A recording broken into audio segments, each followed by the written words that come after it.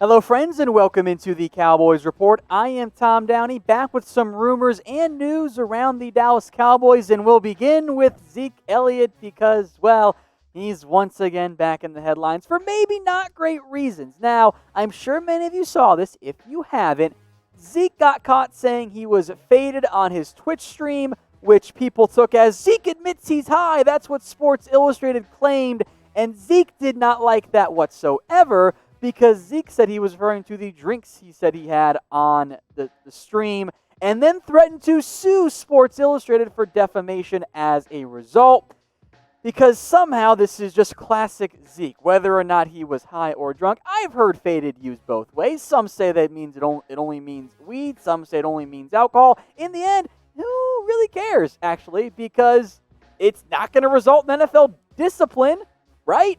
And if you're drinking while playing video games, well, I do that literally all the time, just so we're clear. Now, Elliott's attorney also chimed in and said, "We are extremely disappointed with the irresponsible journalism and willingness of Sports Illustrated and others to defame Mr. Elliott in an attempt to get readers to click on their websites."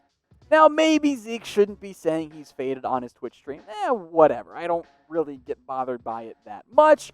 Not going to be NFL discipline. It is a little bit, frustrating, I think, from Zeke's part too, to once again have his names in the headlines. I don't care if Zeke's playing video games. He looked like he was in decent shape. That's the number one most important thing to me, in all honesty. So it's more Zeke drama that, frankly, it's not really that big of a deal. Now, what is a deal, though, are these Cowboys 4th of July shirts. Head over to chatsports.com/Cowboys 4th. The supply is starting to get a little bit more limited, but order it right now with the 4th of July almost here. You can save 25% off. That link, don't worry, guys, it's in the comments and it's in the description. Let's go now to a Jamal Adams trade. Of course, right? 2 stars, still going to stick with that one here. Darren Woodson, though, the legendary Cowboys safety, he's not feeling as optimistic. Now, as we all know, Adams has made it very clear that he wants to play for the Dallas Cowboys, or at least would like to play for the Dallas Cowboys and others. Woodson, though, says he's not optimistic the Cowboys would give the Jets what they want. And you're going, wait, Tom, why wouldn't the Cowboys give a first and a third? That's the Jets' reported asking price. Allegedly. It does come to us from Adams' camp. Michael Irvin, who's tight with Jamal Adams, said that was the asking price.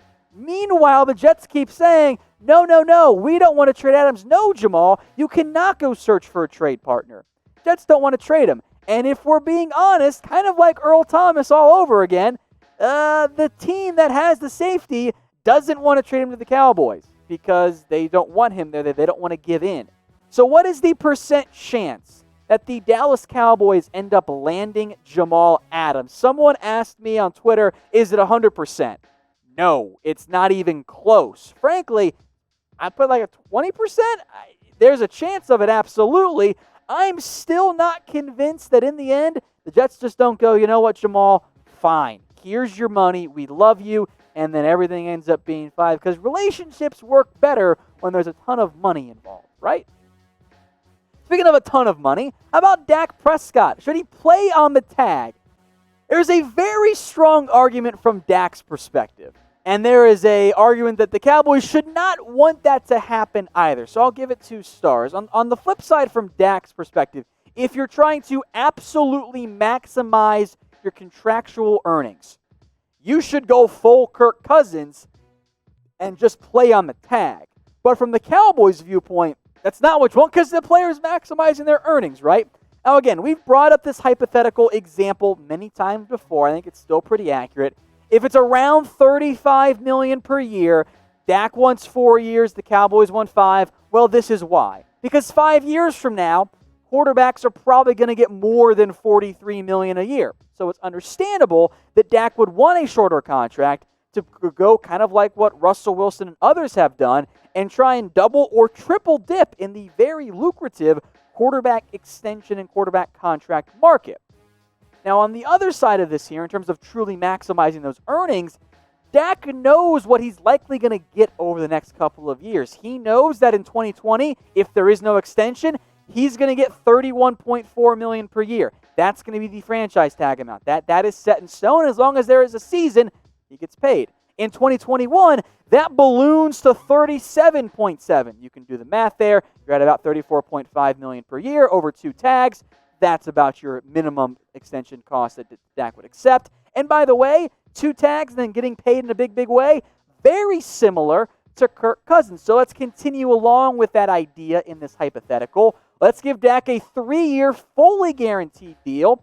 At this point, Mahomes and Watson and Lamar Jackson all have signed big, fat new contracts, and $40 million per year might be on the low end, even if it is a fully guaranteed deal. So in total, all of a sudden, you're looking at $38 million per year over 5 years. And now you see why Dak's asks are so lucrative and so expensive, because I'll tell you guys this, even if the cap stays flat, the quarterback contracts, they are not going to go in the other direction. They will only continue to rise. So predict for me, what will Dak and his agency end up doing this year? Will he play on the tag type T?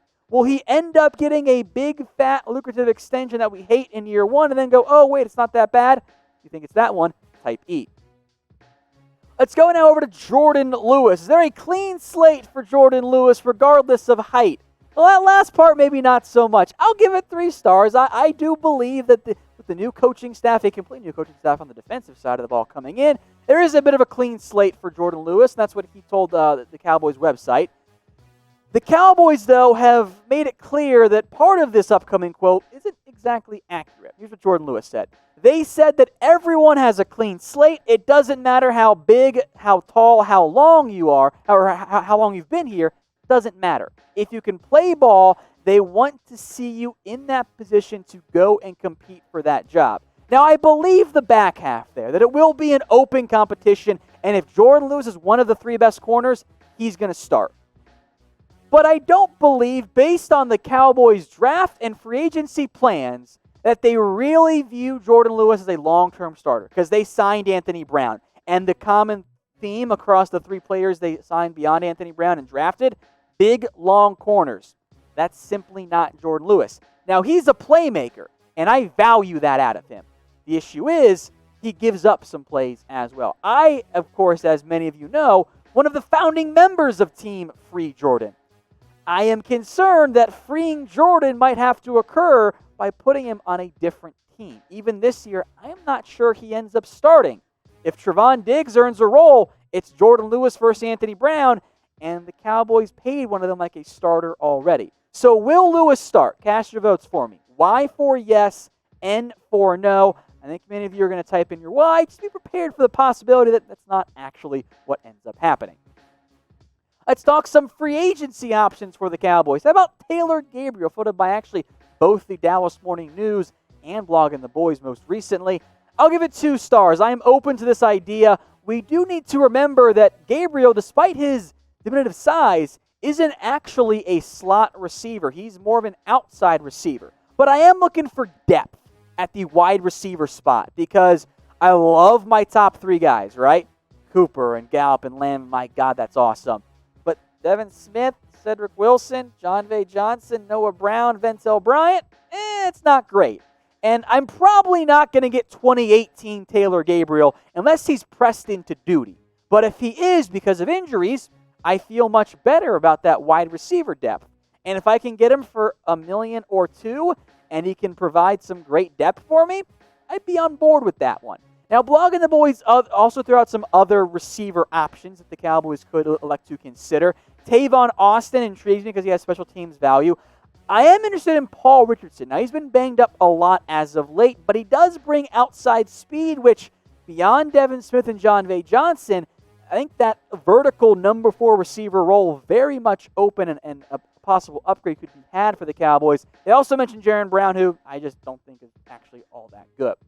Another reminder, guys, to go get your 4th of July Cowboys t-shirt. It's almost here. But because the Cowboys are America's team, and we live in America, you can wear that thing all year round. That link is in the comments, and it's in the description, because that shirt is still on sale. chatsports.com/Cowboys4th.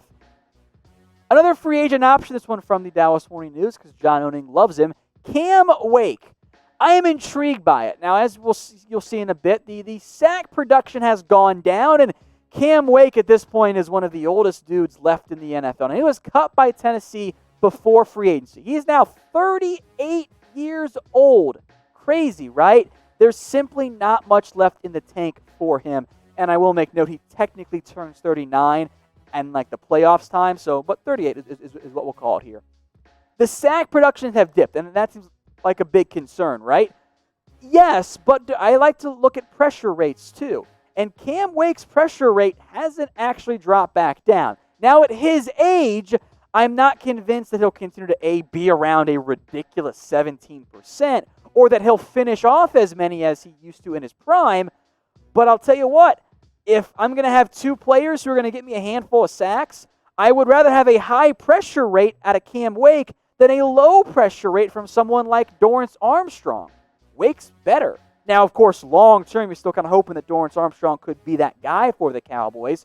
But amidst uncertainty around Randy Gregory, we'll see if he gets reinstated. We've played that game many a time. And with Aldon Smith being a total wild card, and the rest of those guys either coming off injury-plagued years, Tyron Crawford, or unproven, I would explore Cam Wake. I don't think he'd be very expensive. I think there are other edge guys I would sign before Cam Wake, but I do have some interest in adding him if the Cowboys want one more edge option. Hey Cowboys fans, thanks for watching the Cowboys Report. If you haven't already, click right here to subscribe to our channel for all the best Cowboys coverage on the internet. That's news, rumors, highlights, mailbags, film studies, and a whole lot more. And I'm making your lives a little bit easier as well with the next Cowboys Report video right here.